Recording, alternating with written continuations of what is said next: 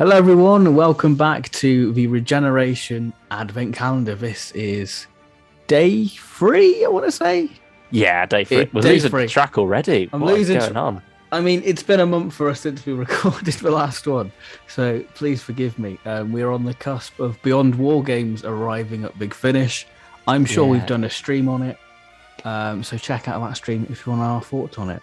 That'll be 5 months old now, that stream. Yes, when mental. this comes out. Mental. Yeah, it is currently the 3rd of July as we record this. So we're currently enjoying very different weather to whatever's going on at the moment as this comes out on the 3rd of December. It could be some sort of freak weather like Axos, but we're a couple of seasons away from Axos at the minute. So once again, I'm joined with Luke. Yes, hello everyone. If it's not obvious already, he's here for the long haul of the regeneration. Yeah, I'm here stuff. to stay. Yeah. Not going to get rid of me that easily. Oh no, we've got a few more days to do before we can say goodbye. Yeah. Well, I mean, you need me here to help you remember all the different stuff that happens in all these stories, especially when we've got 10 parts to get through here. That's true. That is true. Should we dive into a little bit of why Troughton was leaving? Yeah, let's go for it, because when we were last here, well, yesterday for all of you, well, unless you're listening to this in the future. Yeah. But, yeah, we had just said hello to Patrick Troughton in animation form. Now we've got our first full existing story, because 10th Planet, we also were missing part 4. So things have gone a long way in a day, haven't they? Yeah. Said hello and now we're saying goodbye. That's the beauty of this series, isn't it, really? Yeah, such is the nature. Like we've said before, it's a whistle-stop tour of Doctor Who history, visiting like the monument points of it in a way, with the regenerations and then the post-regenerations. It's key bits of television history, isn't it? These stories, Yeah. I'd say.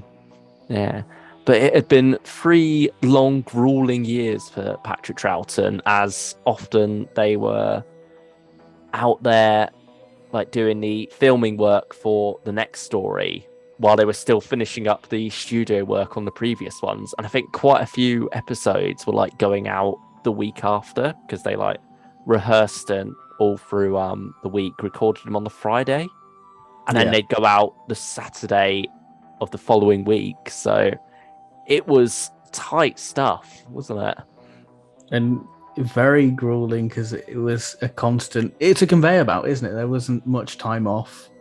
You might get the odd week where your doctor or companion disappears, or get some mysterious illness and the doctor can't remember what his main friend is of the show looks like. Yeah, it's definitely a wild time, the Troughton era. And I think season 6 is definitely the one where the cracks really are showing. And I mean, behind the scenes as well, scripts were in chaos. Like the Crotons was a last-minute replacement for, the Prison in Space, which maybe is thankful that never got made. Yeah, I'll happily stick to the Crotons.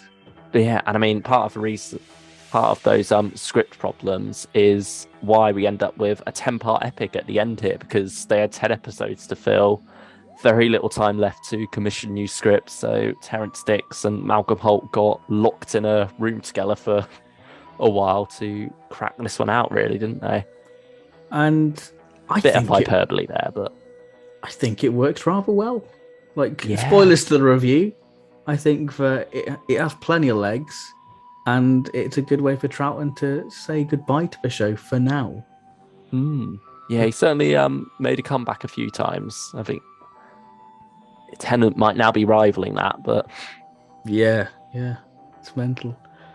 But yeah, I mean, the ratings were suffering as well in season 6, but the War Games was the lowest. Like, I'm a person who's not too big on TV ratings and all that sort of stuff, but the War Games was the lowest rated story up until The Mysterious Planet in 1986. Which is shocking, because this is a really good story. Yeah, I think when people talk about the troubled times of the show, they almost forget the Troughton era is one of them. Like, it was on the verge of cancellation for quite a while there, and then it would have just drifted off into obscurity, really. It's just another cult 60s show. the War Games has that big monumental thing because it's 10 parts. It's the last Troughton story. It introduces the Time Lords, but there is sort of this. There's something in the air in episode 10 where you feel like if Doctor Who was to end, this does feel like a place to cut it off. The Doctor returns to Gallifrey. We see the Time Lords. Like it feels like it could be. This is where Doctor Who ends. Mm. But yeah, as for Troughton himself at this point, like we say, he'd been a bit exhausted with this, so he made the decision to leave. I can't remember quite when he made the decision. I think, was it during the invasion, maybe? Probably would have been around then, yeah. But yeah, I know he'd been like talking about it and and about it for a little while. But yeah, he decided not to sign on for another season. Fraser Hines, who had been with him since his second story, The Highlanders, as Jamie, he was sort of being urged to move on by his agent, wasn't he, at the time? Yeah. But he wanted to stay. He was enjoying it, but then sort of didn't he have to extend his contract a little bit to do it? Yeah, he was originally going to leave a little bit earlier, and they were going to get a new companion wasn't it? Yeah, called a new companion called Nick, I believe they were going for. But I think he decided to stay on, and they sort of agreed that they'd all go together, along with Wendy Padbury as Zoe, who I can't remember quite the reason why she left, but I think she was just ready to move on after a year on the show as well. Yeah, because it's interesting when you think that, they only did a year, but you think how many stories they did on a weekly basis. You kind of forget that, really. It doesn't feel like a finite amount of time, really. Yeah, because they got like 44 episodes a year, about. Yeah. I mean, Troughton must have been fuming when they cut it down in season 7. Yeah, like he'd spent all that time deciding to leave, only for half the reason he left to no longer be an issue going forwards. Yeah, it's mental, but that's for tomorrow. Yeah, we'll get to that soon. But I mean, another reason I've heard Wendy Padbury give, which I don't think could be quite true, but she said that she didn't want to stay on with John Pertwee because of the height difference between them, and it would be awkward having them both in shot. I don't think he was announced. I don't think at that point. No, he wasn't until I think it was after they finished production on the War Games, but maybe during production of it, during the airing of it. Yeah, I feel like it must have been around like episode 8 or something like that. Yeah. It must have been quite late on, I feel. I think it was before the final episode came out, though. But yeah, certainly they wouldn't have known when they left. So I think that's just like a fun little anecdote she likes to tell. I mean, it's nice. It makes it a bit more fluffy. So what bits of trivia have we got for this story then, Ben? Well, we are using our good friend TARDIS Wiki to help us out here. Yeah, thank you, TARDIS Wiki. Thank you, TARDIS Wiki, for being an absolute bible of lore and trivia. So, episode 7, the second Doctor is re-encountered with Miss General Smythe, which I'm going to do a little side note. Facial hair in War Games, strong, very strong. With General Smythe and his mutton chops. The firing squad voice of that is done by Mr. Patrick Troughton. And it's quite interesting. Inferno would sort of have the same sort of thing with John Pertwee voicing one of the radio things, but I don't think it was finally used in the edit. So that's a little funny thing, really. That's one I never knew before. Yeah, so there's a bit of trivia for Inferno. We've also got Derek Sherwin's then wife, Lady Jennifer. Yeah, Jane Sherwin is Lady Jennifer. Who's sort of like, she's a odd character, isn't she? Because she feels like she's part of the main crew, and then suddenly just disappears after episode 5. I feel like this is one of the things where the memory cheats, because I swear Carstairs reunites with her. I mean, he says it at the end that he's going to look for her, but then sort of fades away without finding her. At least not finding her in on the alien planet. Maybe he goes on to do it when they're back on Earth in their own time. But but would he remember meeting the Doctor and stuff like that? Would they just be wiped? I mean, maybe they come to find each other again anyway, just through fate, and they meet for the first time again or so. Maybe that's the romantic way to look at it. Yeah, maybe. Hopefully. Because they're good characters. But yeah, I mean, in part 10, we had clips being reused from The Web of Fear, Fury from the Deep, and The Wheel in Space for the TARDIS floating around in space, the TARDIS landing on the sea, and then the exterior for the wheel during Zoe's departure scene. But that scene itself was reshot. I don't know whether they'd have got the old sets out somehow or remade it from scratch. I doubt. They must have had that one lying around still, I feel. Yeah, they probably would have. You don't make something that authentic for a story that came out a year ago that people at that time you weren't going to have it repeated, so no one would have been able to look at it and critique that change. And the actress coming back playing, I can't remember the character's name, but yeah, she was in The Wheel in Space. Yeah. And I think Tanya, isn't it? The character's name. But that must have been bizarre for the actress there to get the call. Do you want to come back for this one little scene playing a character you played a year ago? Oh, that's strange, that. Yeah, it's a nice touch, though. Oh, yeah, it adds to it, doesn't it? Yeah. And then you just got Jamie off in the Scottish Highlands, probably a field in Surrey or something. Yeah, I always find that a bit funny, really, because like you've got the Doctor laughing as Jamie's going to mow down a redcoat. Yeah. He's fine. Yeah. A redcoat with a gun as well. I could have shot him before he got close enough. I mean, he did fire his shot first and missed, so it would have taken him a fair bit to reload that bad boy.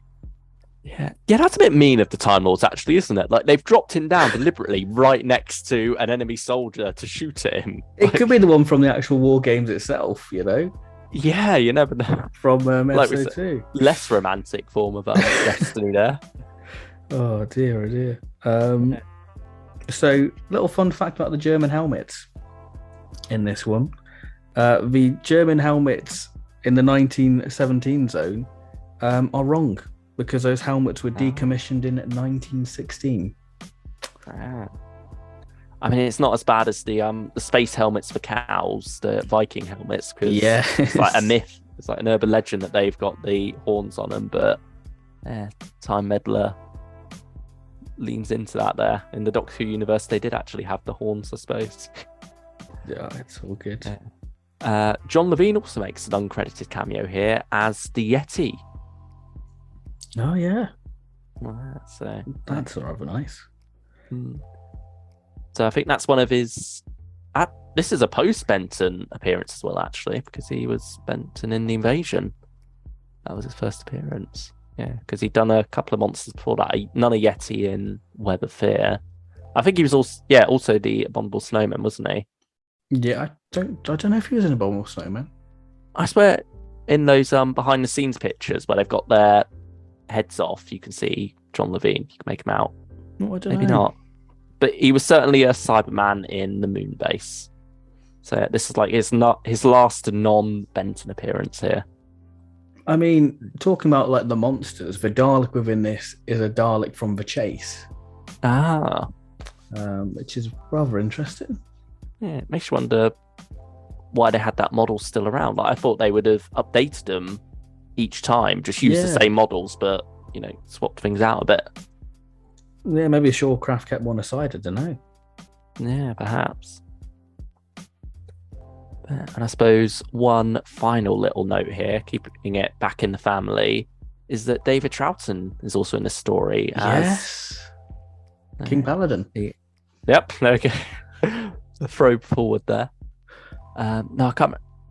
It's Moore, isn't it? Private Moore's Yeah. name. What I find interesting, like he started off with like an American accent, and then like the next part is like, "You're a British soldier."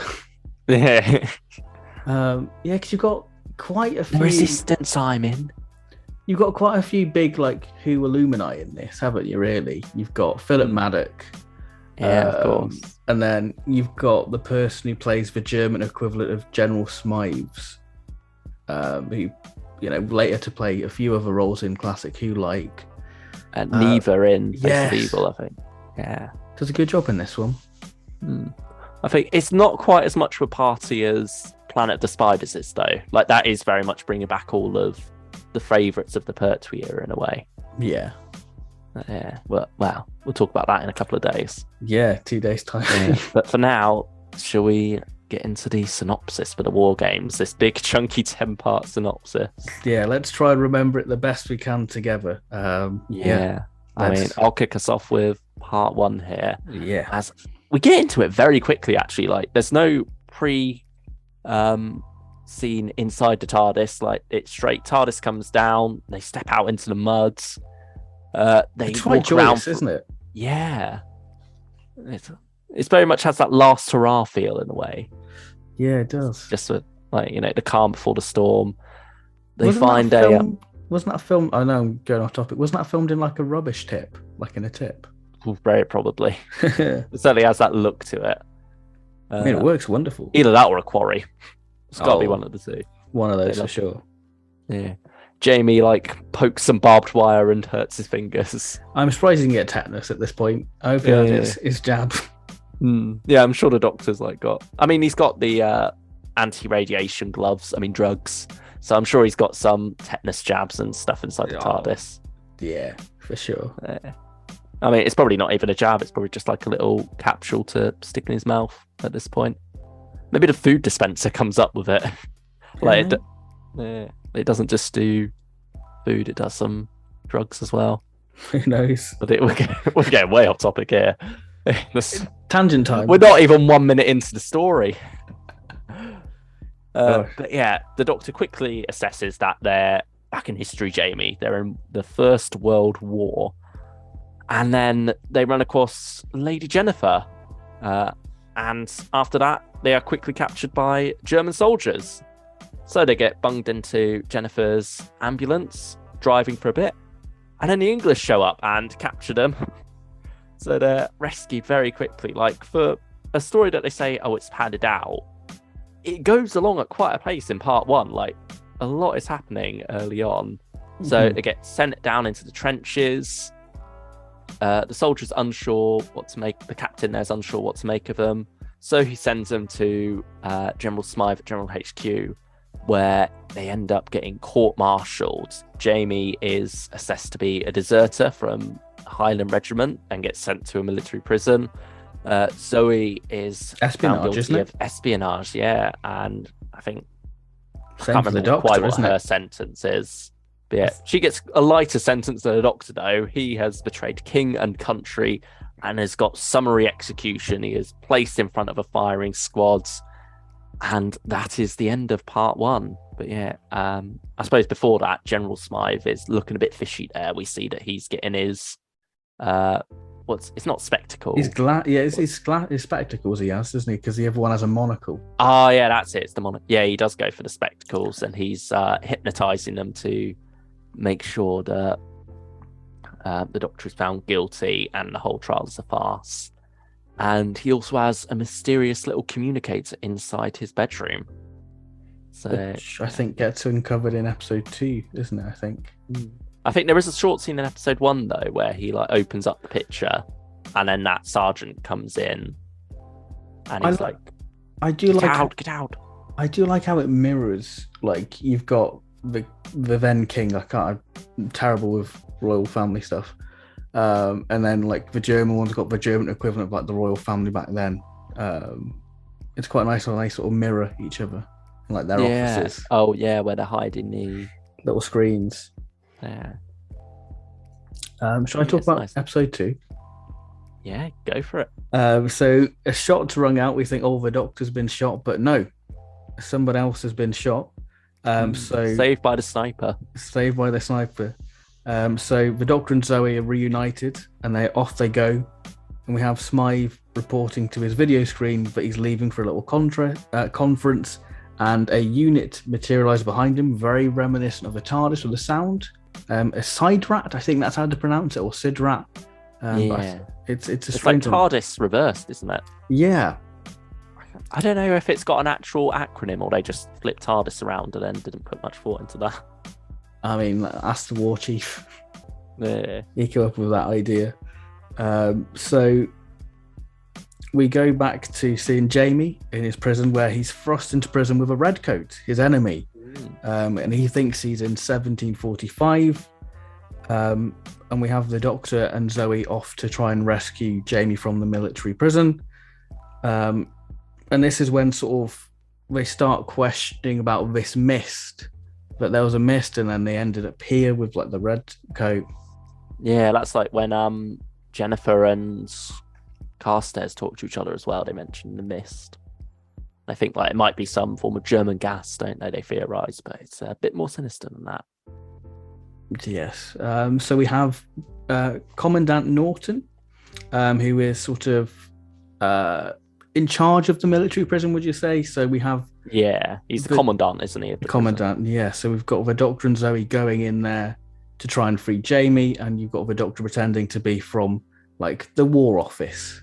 I suppose it's a nice little bit of mirroring that he pretends to be an examiner in both his first and last story. Yeah, that is nice, actually. That's a nice little point. That's a good point made. Yeah, it probably wasn't intentional. And to be honest, this only thinking about it now, did I realise that after all this time? But yeah, so the Redcoat and Jamie work together to escape the prison as they have like a little fight. And we have Carstairs returns to try and find them at all. No, it's the other. It's Smythe's second in command. Oh, I can't remember his name, but he's sort of like, yeah. So Jamie is shot trying to escape. No, not Jamie. The Redcoat shot trying to escape, but I think he survives it.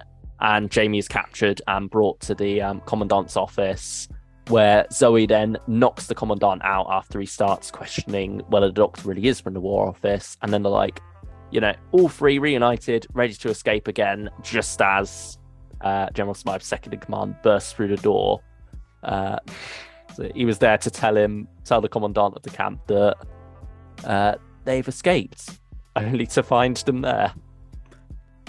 So they get captured back and everything goes well. I think this is when they start to manipulate that guy and go, oh, I think Smythe's asked you to go to the furthest outpost.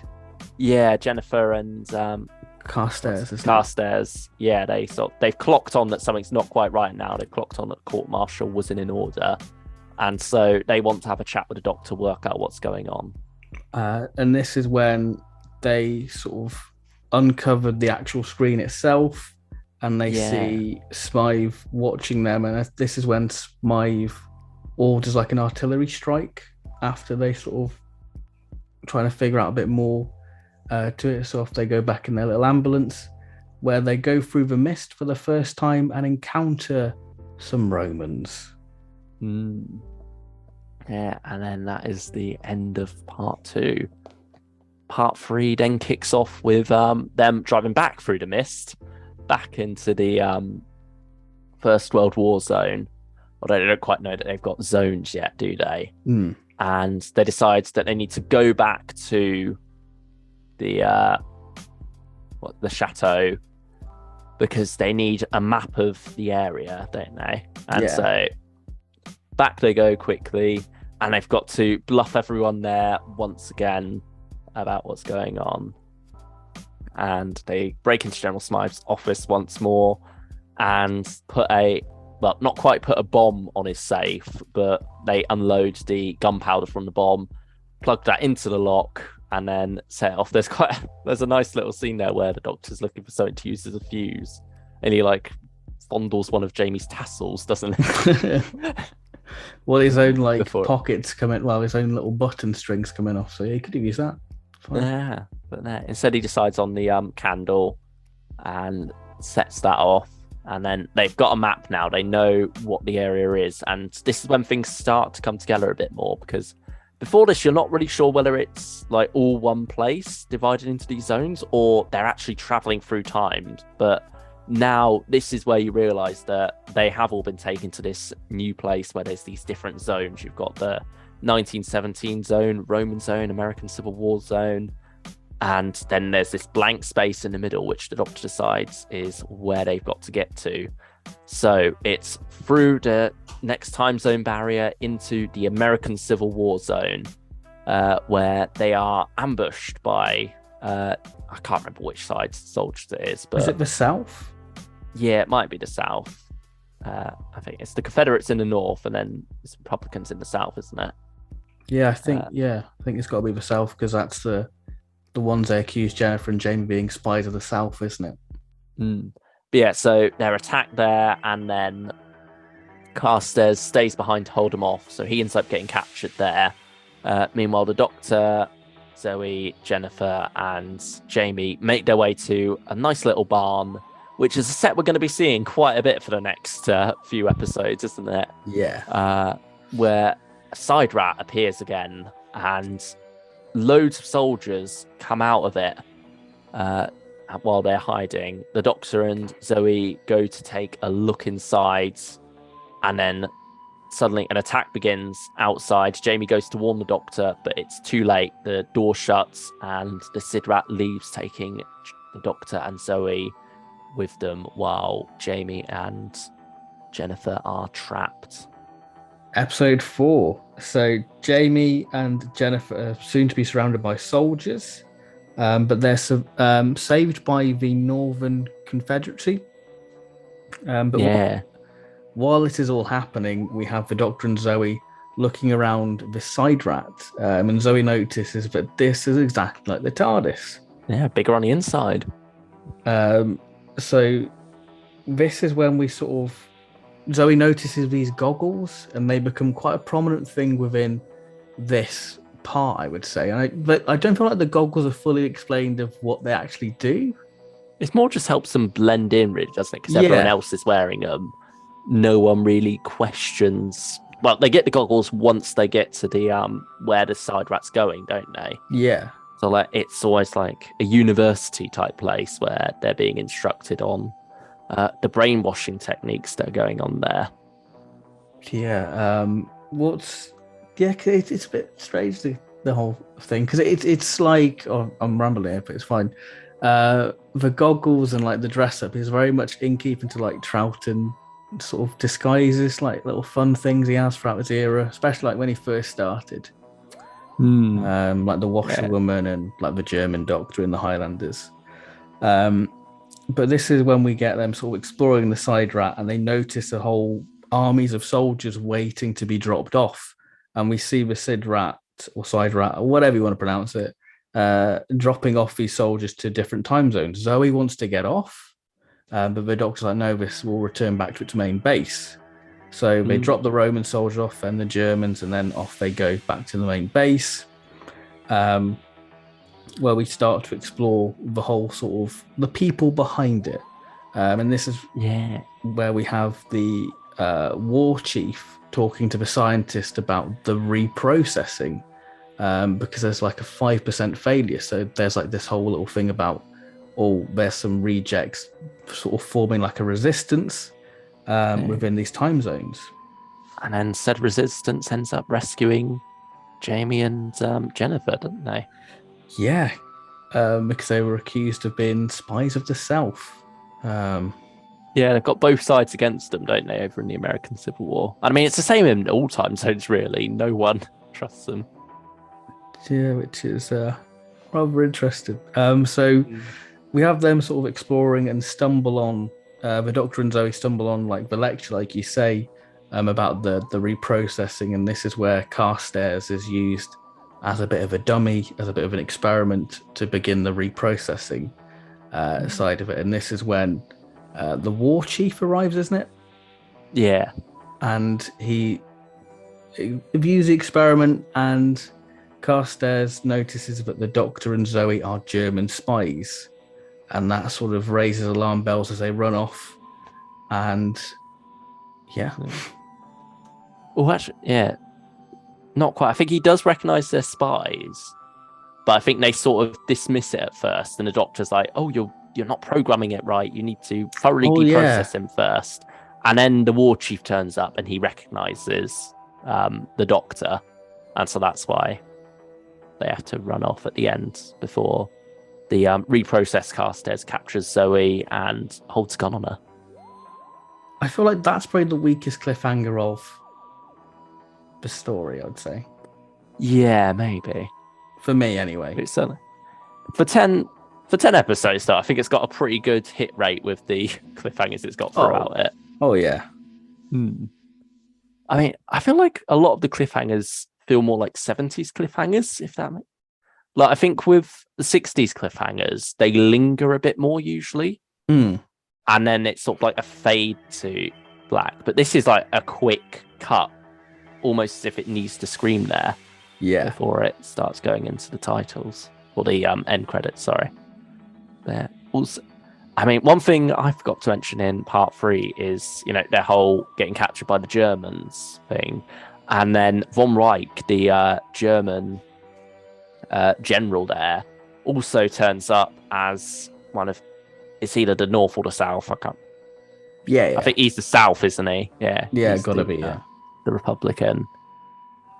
Yeah, or the Confederate. I don't. Part 5 now. The Doctor's on the run at least, and he goes back round to the processing to work out what's been going on, and he like fluffs it with the bluffs the scientist to say, "Oh, it wasn't me." Pointed out it was the girl. Carstairs a bit, deprocess him, and then with Carstairs back on his side, he's able to get the scientist into the chair, leave him on simmer, and then they go off to rescue Zoe, who I believe gets a bit of an interrogation from the security chief. The security chief, yeah. There's a lot of chiefs and lords, so it's easy to get mixed up with this. Yeah, it's a good selection of villains here, and it's nice that they've got their own little power dynamics within them, because the security chief and the war chief are both sort of second in command to the warlord in their own ways. Like, security chief in charge of security, obviously, and then war chief is sort of like in charge of the war zones and what's going on there. And so they're both vying for power. They're both trying to one-up each other, and there's a lot of animosity between them.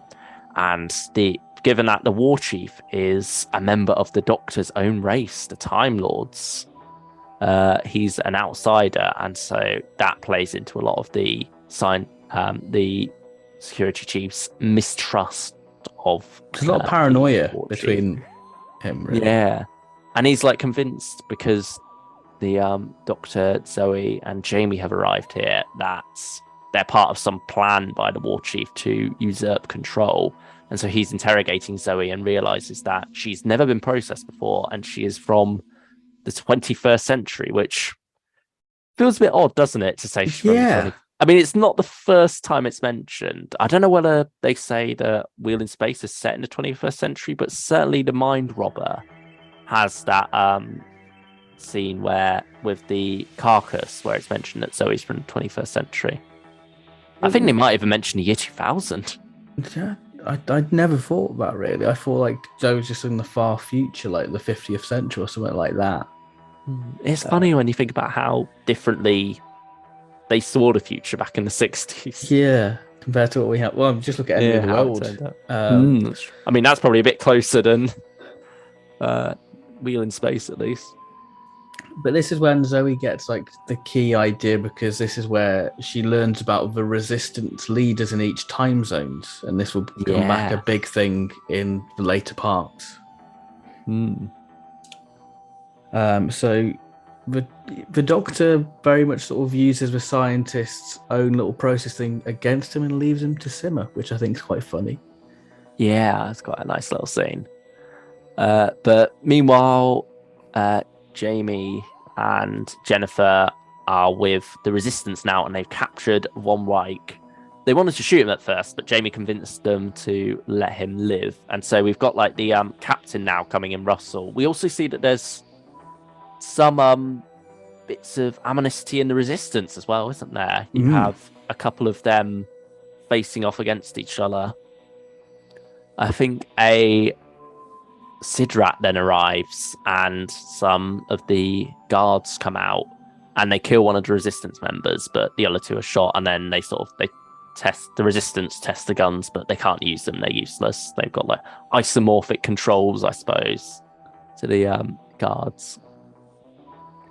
But yeah, Jamie convinces Russell to hop into the box and go to the into the center, doesn't he?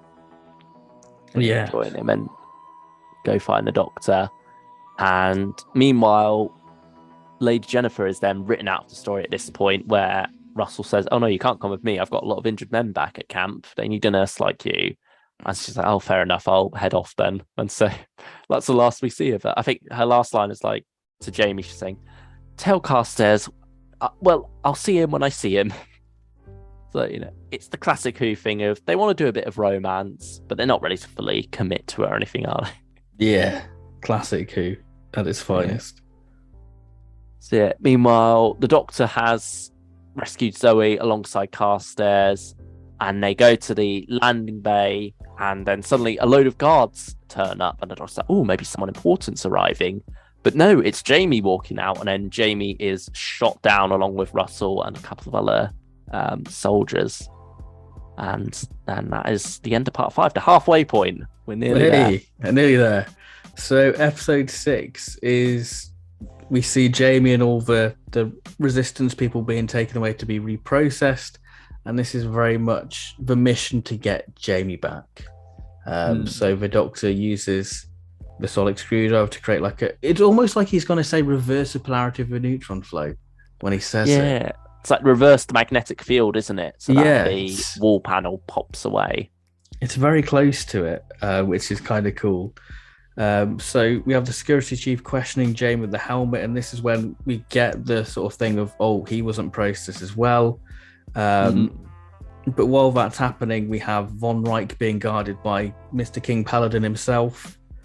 And we have sort of Von Reich trying to escape, but it doesn't quite work because he gets sort of hypnotized and ends up being shot in the end, doesn't he, Von Reich? He gets quite an undignified ending. I think that's a little bit later when they end up escaping, and I think they arrive back just in time because Russell comes back and he's able to talk more into not shooting him, reminding him that he's part of the resistance, and then that's when he turns on from Reich. So we have the Doctor sort of trying to get the processing unit as well, because this is when sort of the guards find out that something's gone a bit awry. Yeah, they've rescued everyone. They've got them back to the Sid Rats. That's what happens there. But the Doctor's like, oh, I'll follow on later because I need to get this. And so Carstairs and Jamie stick with him as they go get the processing machine. And I think that this is the first episode where we have the mention of Time Lords, I think. I want to say.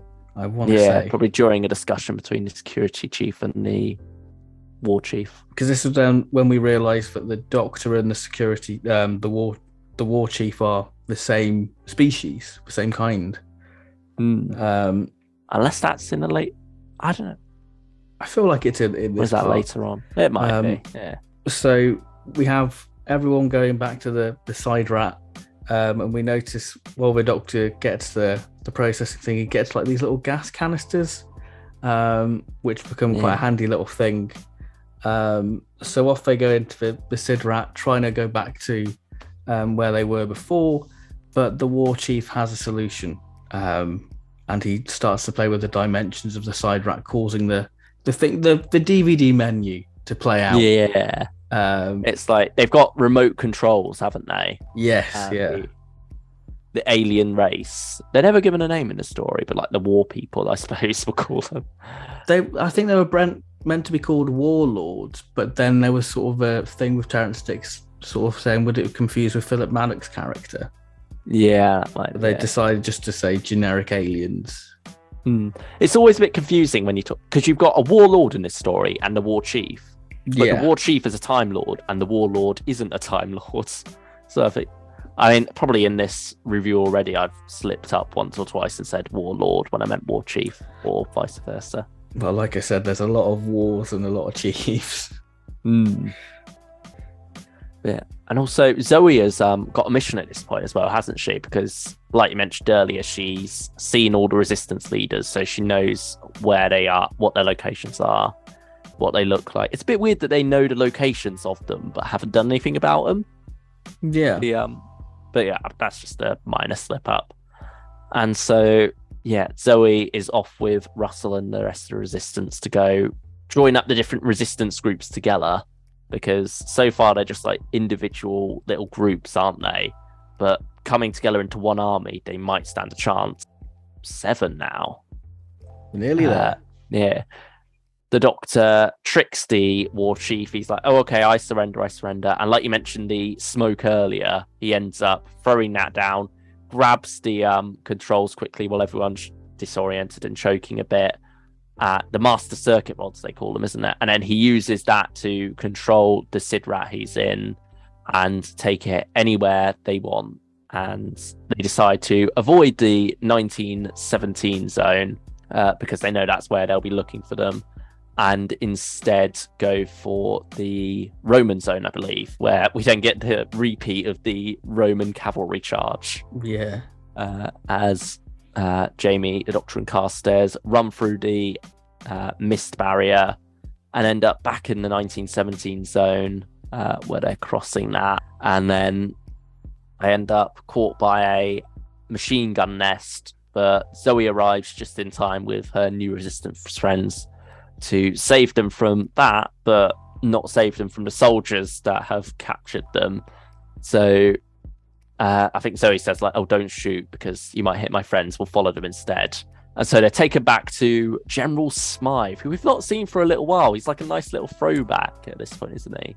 Yeah, it's weird to have a throwback. Yeah. He almost felt like the big bad of the story at first, because he's our first villain we come across. But since then, we've learned so much more, and it feels almost so much smaller in this World War I setting now, because we know it's not the true First World War. We know it's just this little time zone. And so it's like this nice little coming of full circle of things where we now know what's going on. And Smythe is very eager to have the Doctor shot. Like, he's simply being malicious, as the Doctor puts it. But he's then told by the war chief that they need the processing machine that the Doctor took. But only the Doctor knows where it's hidden, according to Carstairs and Jamie. And so he's forced to stop the execution. However, the Resistance arrives before that anyway, saves the Doctor, and Smythe is told to deactivate area control, but is shot by Russell before he can do that. So the Resistance decides to then, under the Doctor's advice, set up a little base in the chateau itself. The Doctor is able to use the area control to put up a time zone mist barrier around the chateau so that the process troops can't get through it. But that doesn't stop the alien troops from landing their Sidrat in General Smythe's office and attacking from there, which they end up doing, and they end up capturing the Doctor and taking the processing machine back. They did use it before that to deprocess a French soldier. And so, there's proof of concept there that the Doctor's idea could work, but before he really gets to put it into proper action, he is captured by the security chief and taken to the Centre of Operations. Also in this part, the Warlord arrives, played by Philip Maddock. He coordinates things a bit more and stops the bickering between the war chief and the security chief, doesn't he? And he comes up with the plan in the end to capture the Doctor that ends up being successful.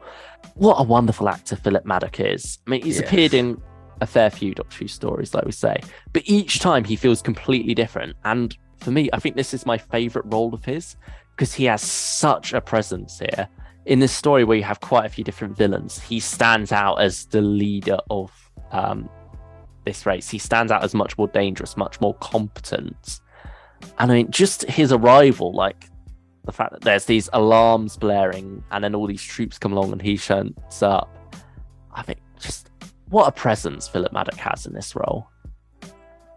Yeah, it's definitely one of his. I feel like for me, Solemn's more memorable.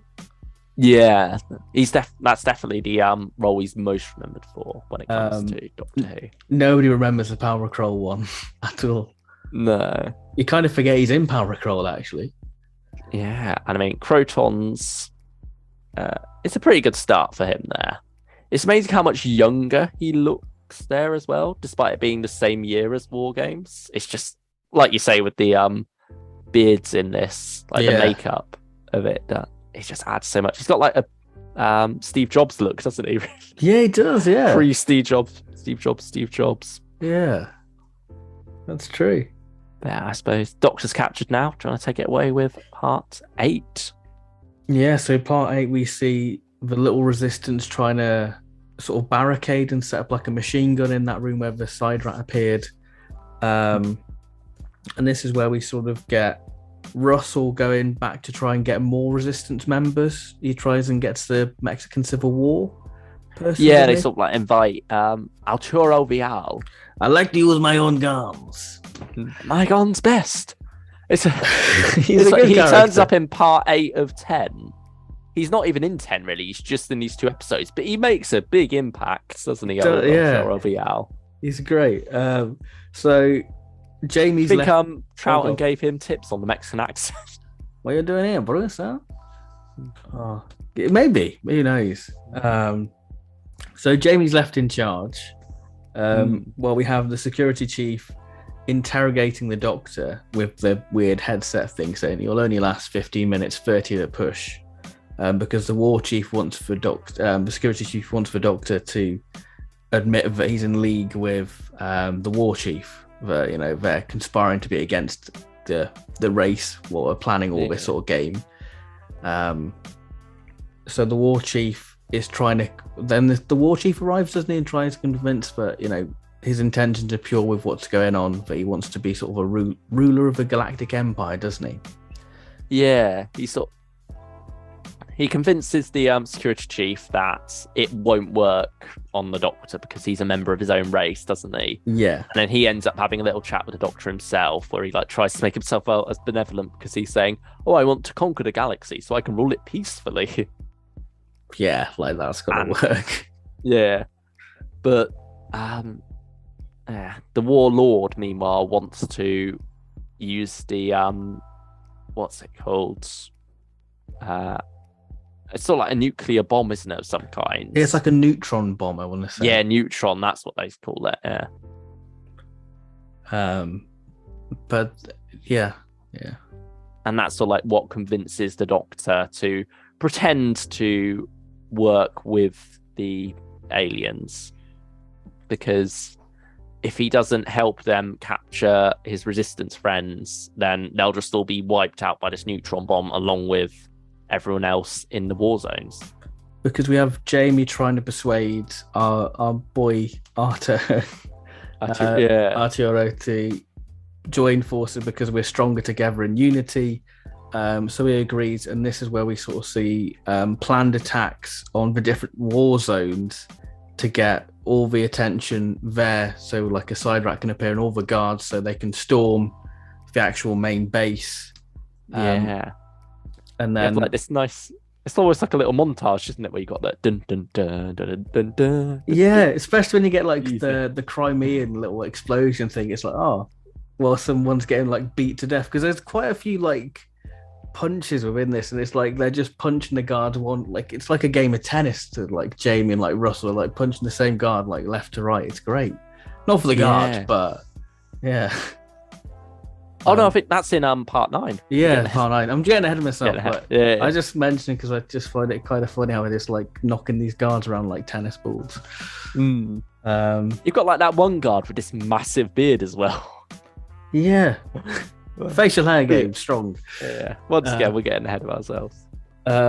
So we get the main resistance people go in the side rat to the main base, and this is where they've lured all the security troops out for the most part with their different attacks, and now they're ready to launch one big attack. But the doctor gets in touch on the communicator and says, "No, just I've worked out a plan here, but I just need the leaders. I don't need all of the resistance." So, and that leads to the doctor double crossing them.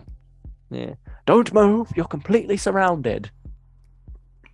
And then that is the end of this episode. Yeah. Thank you, Doctor. A nice neat little package for us to dispose of. Something like that. The Walking says. I feel like you're pretty bang on with that. Yeah. So it's all coming to a head now, isn't it? They're all captured, and a lot of them don't like the Doctor so much, particularly Arturo Vial. He doesn't like anyone though. He has it, yeah. He has it out for the Doctor in this. The security chief also has it out for the Doctor. As Russell says, your new friends don't like you very much either, because he like leaves him in there with them with no cards. Yeah. As he's meant to be reprocessing them for the warlords. But the Doctor tricks the war chief and the warlords and actually doesn't. He sort of like pretends to reprocess them, but really the machine's not doing anything. He like convinces Jamie to go along with it, convinces everyone to go along with it. But then it's Arturo Vial's turn, save the best till last. And he's like, your machine no work. Oh, I love that, man. But luckily they're able to overpower the guards and everything. And I think by this time as well, because the war chief has made a little pact with the Doctor, and the security chief, mistrusting as he is, has had this little conversation between them recorded. So the war chief's been exposed as a traitor. He's under arrest, and so he's forced to work with the Doctor to save his own skin, really. And the Doctor convinces him to help them storm the main control room and stop the fighting in the zones. And so they do that. The war chief gets to take out the security chief himself, doesn't he? He grabs a gun and opens fire. And he's just like, sorry, it was just a personal matter I needed to attend to. So he hands the gun back.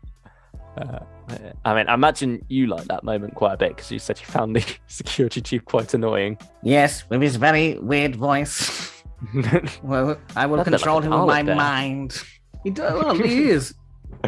It's very nasally. A bit. Yeah. Very nasally.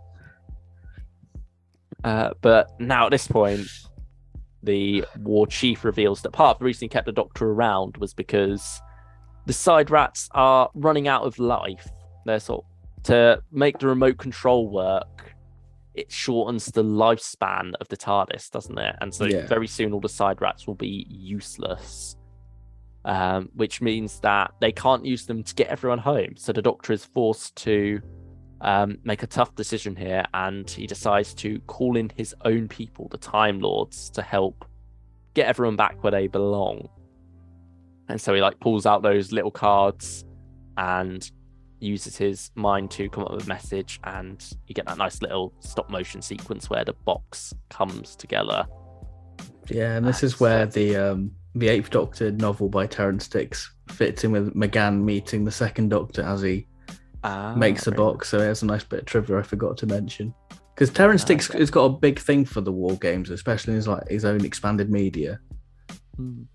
Just really considering how much he not disliked it as such, but you often hear him saying about, it would have made a good 6-parter or an even better 4-parter. Like his 10 parts is too much. His last original Doctor Who fiction was a war games sort of prequel, I want to say. That World Game?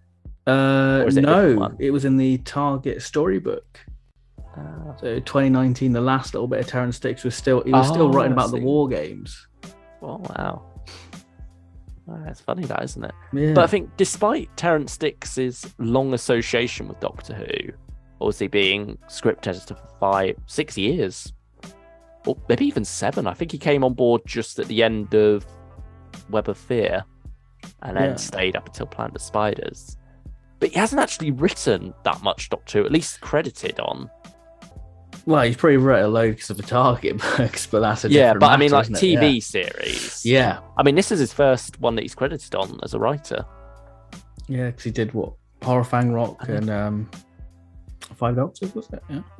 Yeah, and Robot as well. The next one after this is Robot. Wow. Although he did do quite a bit of Ambassador's Death, I believe, but just wasn't credited. Anyway, where were we on this story? Yes, Time Lords have been called in. War Chief isn't very happy with this, so he runs off to try and get away in the Sid Rat, but the Warlord appears. He's been hiding in the shadows for a bit, hasn't he, I suppose? And he confronts the War Chief, reveals that the Security Chief already showed him the tape. And so he knows of his treachery. and the war chief is shot and killed. Then you have your fight scene between the Resistance and the security chief's guards that we mentioned before, where they are they have that little tennis match with the guard, don't they? Yeah. But then the Doctor, Jamie, and Zoe want to get back to the TARDIS as quickly as possible before the Time Lords show up. So he sent off his message. I'm sure VR once again not very happy with the Doctor. He's like, "No, you stay here before these Time Lords turn up." Yeah. And you get this quite powerful performance from Patrick Troughton there, don't you? Where he's like, "For once, Jamie, do as you are told," ordering him to the top. And he's like, he's ready to be shot by Altura VR if it comes to it. And Altura VR was ready to shoot him. It's only when Russell and Carstairs grab him that he saves the Doctor. And you have that little line from VR where it's like, the back, the front, what's the difference? When they talk about shooting him in the back after he's helped them so much. Could we have Carstairs back in the side rat to get back to Lady Jennifer? Because because he's a hopeless romantic like that. But yeah, so they're all off, and then the Warlord, who's sort of like a captive of the Resistance now, says when the Time Lords get him, he'll wish that you had killed him. And then you have that spooky, like, it's ethereal effect, as wonderful. The Time Lords swoop in a way, and like a gust of wind. And then they say their goodbyes quickly to Carstairs, and then as Carstairs is waving goodbye, he fades away as he's sent back to his own time.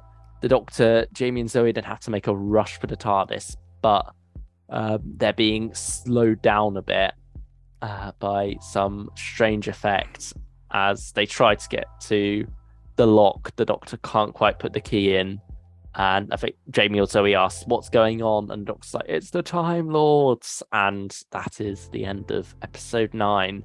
We're on the home stretch now. What a part that is as well. What a good cliffhanger as well. One of my favourites. I think part 10, if we're going to talk about now, one of the best in the show's history.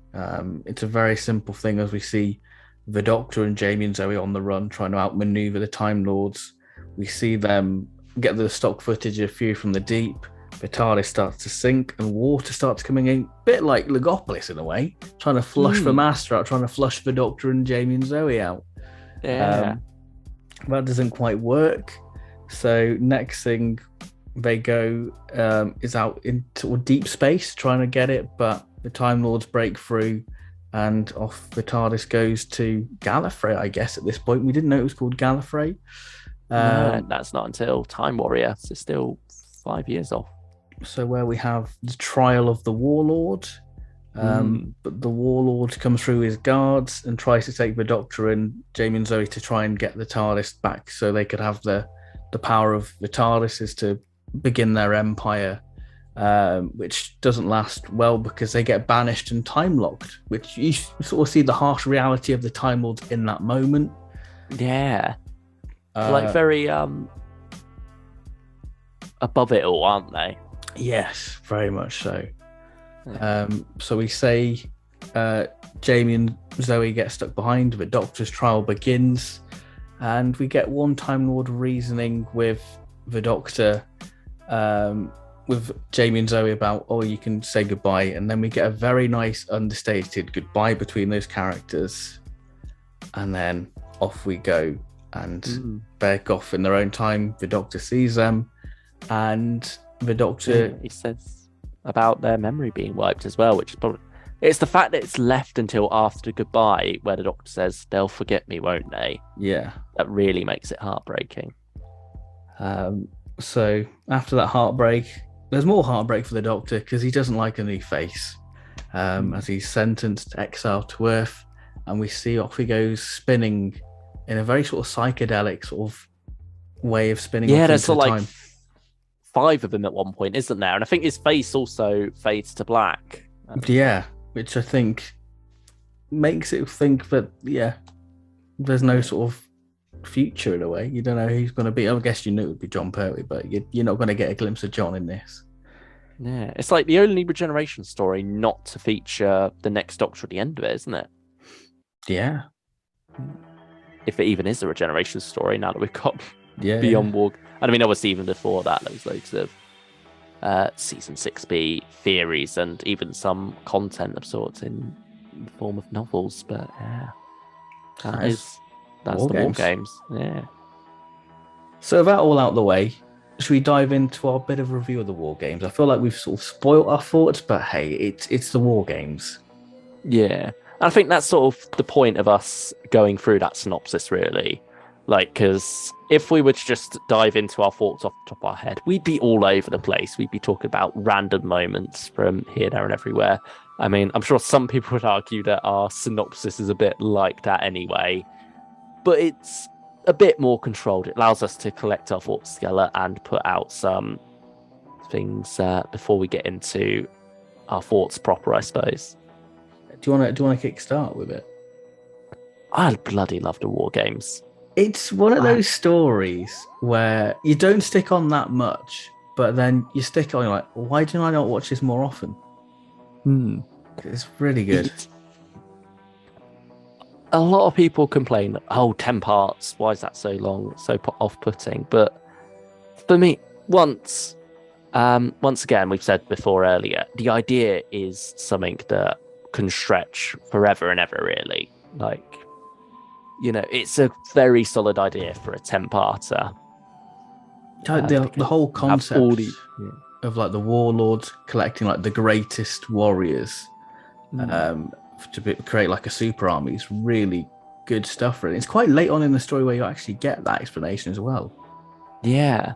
And like before that, you've got so many different war zones you can go through. I mean, granted, it's only really the First World War and the American Civil War that we spend any great length of time in.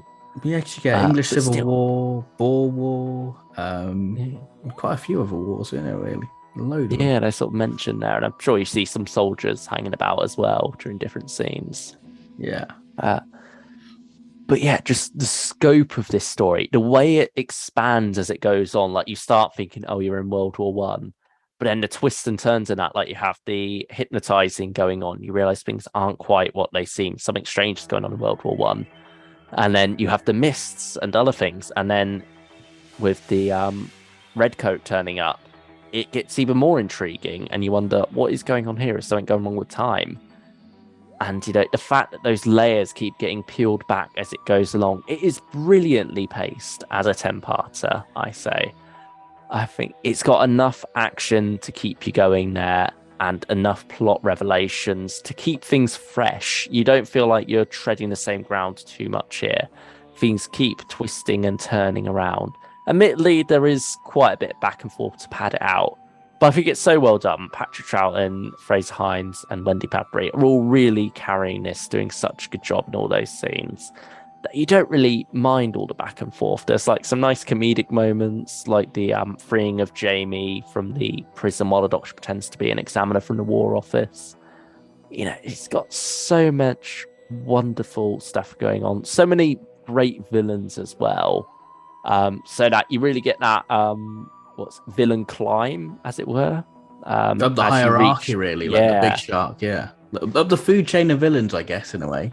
Yeah, you get like more competent as you go along, and then they've got their own drama as well mixed in there. So just so much good stuff in this story, so much to love. And then obviously you get the great reveal of the Time Lords at the end. I think that's a thing what makes it worthwhile. When you get to once you hit like part 8 to 10, you feel even more vindicated for sticking with it. With like those big reveals and like the scenes between the war chief, and like the war chiefs are quite a contentious thing in fan circles, and I guess we should mention it.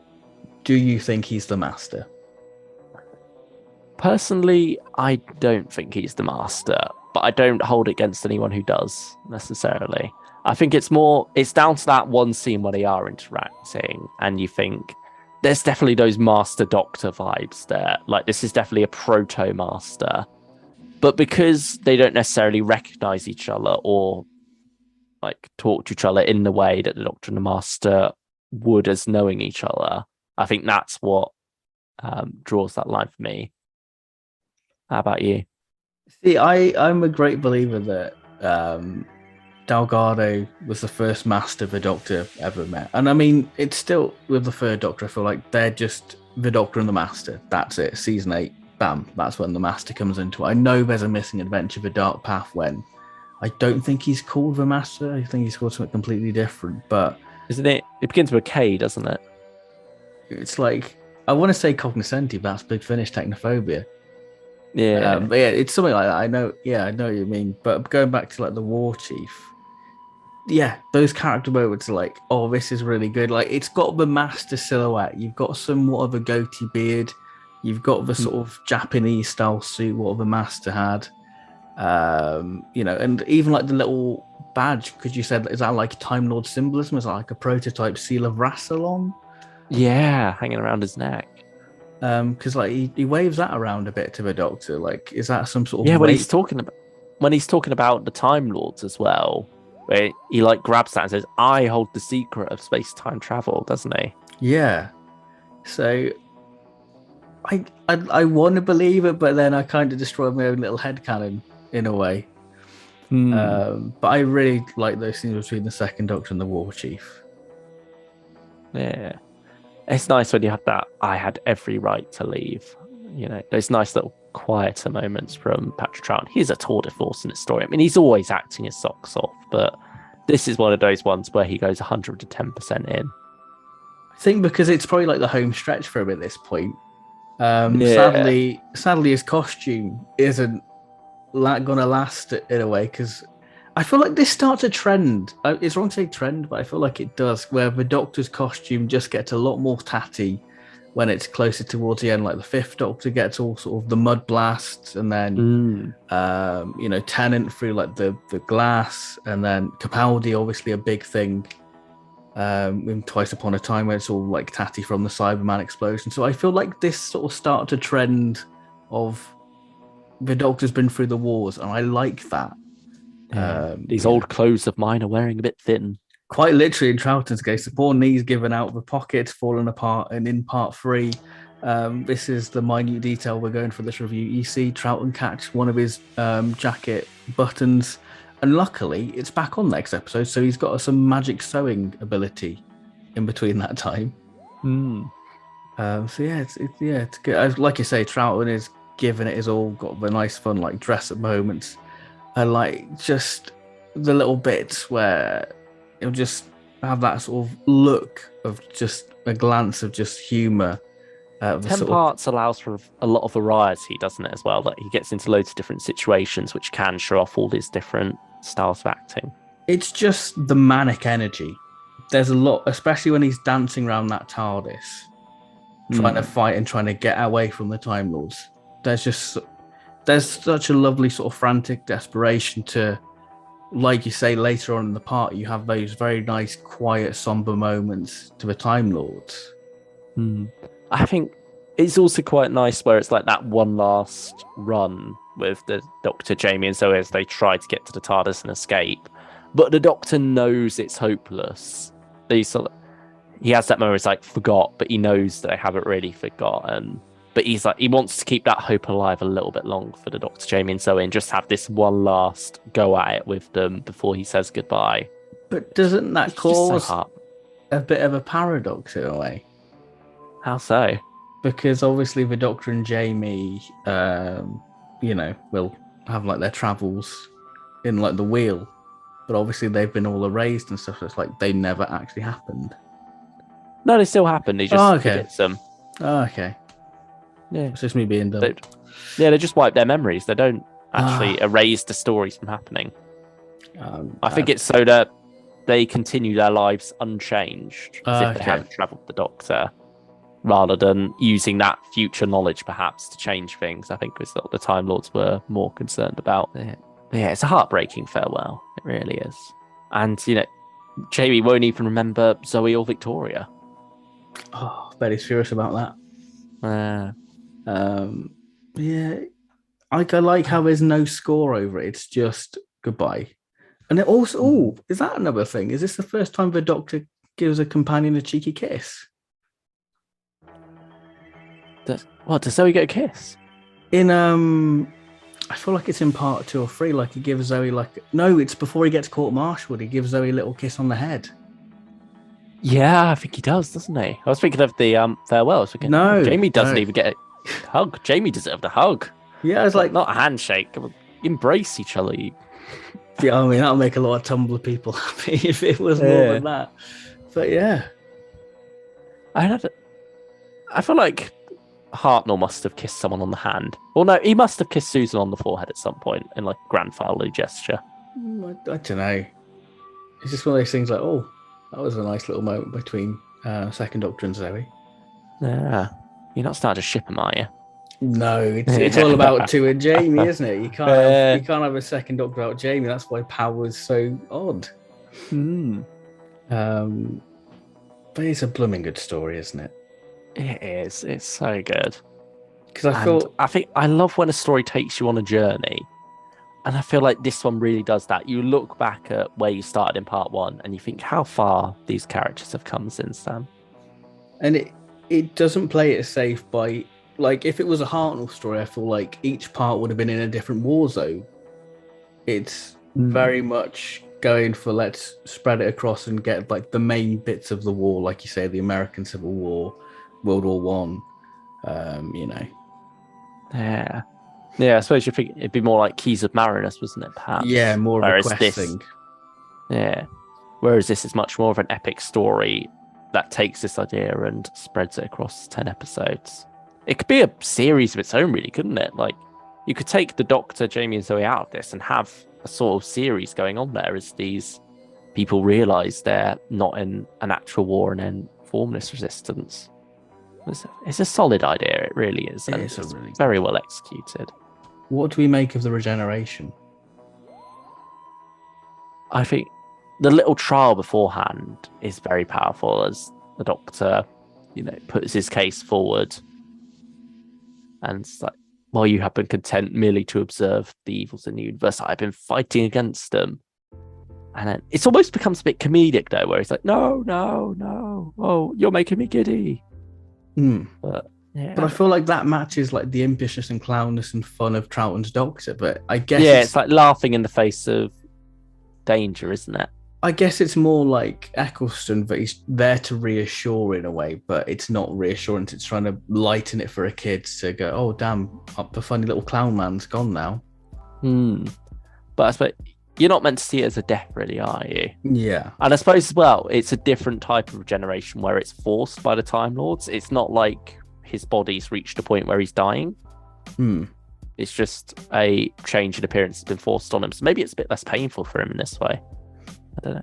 Because there are moments, like you say, where they could have easily have begun the regeneration in a way. And it's interesting how it almost has sort of a celestial toy maker thing in the sense that it's another celestial being deciding the Doctor's fate in a way. It kind of goes back to the original concept of regeneration.